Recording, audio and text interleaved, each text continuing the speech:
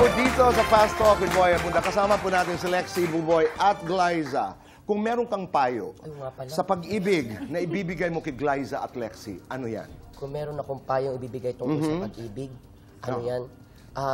Naku, punong-puno na pagmamahal itong mga runners ko na to eh.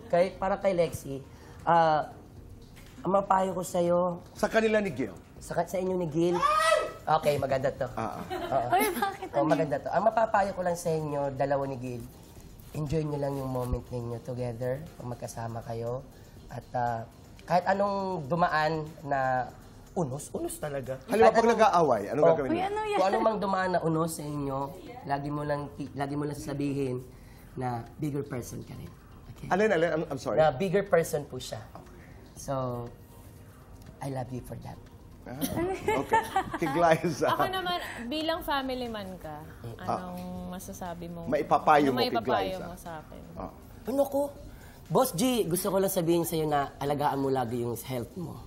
Okay, dahil syempre, ang katawan natin ay yan yung nag-iisang pundasyon lang yan. At pag yan yung nasira, kawawa yung mga pamilya. Ano naman ang payo na ibibigay mo sa sarili mo? Kung ano po yung mga binigay ko po sa kanila. Ipapayo ko rin po sa self ko. How do you sustain, this young relationship? Kayo ni Gil? I'm so peace. Hindi. No, alam niyo, it's very challenging these days. It's not easy Totoo. to sustain a How long have you been together, Alex? Almost 3 years Diba? now. I think it's because we're just taking it easy. Kasi we're not rushing into things pa naman po, Tito Boy. Okay. So, whatever comes to us each day, we just take it together. Pero, binibigyan din namin ng chance yung isa't isa to grow on our own. Ganon. So, I think yun po yung important I mean, factors. talking about traits, halimbawa, kanina sa Fast Talk, sabi mo nga, pag may umaali-aligid kay Gil, anong gagawin mo? Sasapakin. Joke lang. Joke naman yun, but are you that territorial? No naman po. No Hindi naman. I let him go out with his friends whenever he pleases. And kung Pero sino may naman- hangganan. Opo naman. Siyempre, wag naman siyang super wasted yung mga ganun. Right. But, okay lang. Kahit din sinong leading lady mapili niya to work with, it's Okay ka fine. doon? Yeah. Siya rin, ganun Opo, sa'yo. yeah, it's the other way. It's good. Okay.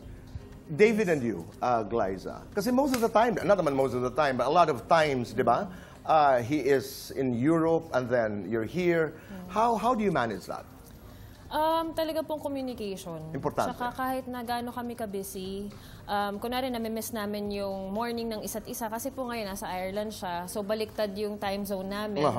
I think nag-work po yun sa amin kasi ngayon nagtitaping ako ulit, so minsan kailangan kong gising ako ng madaling araw.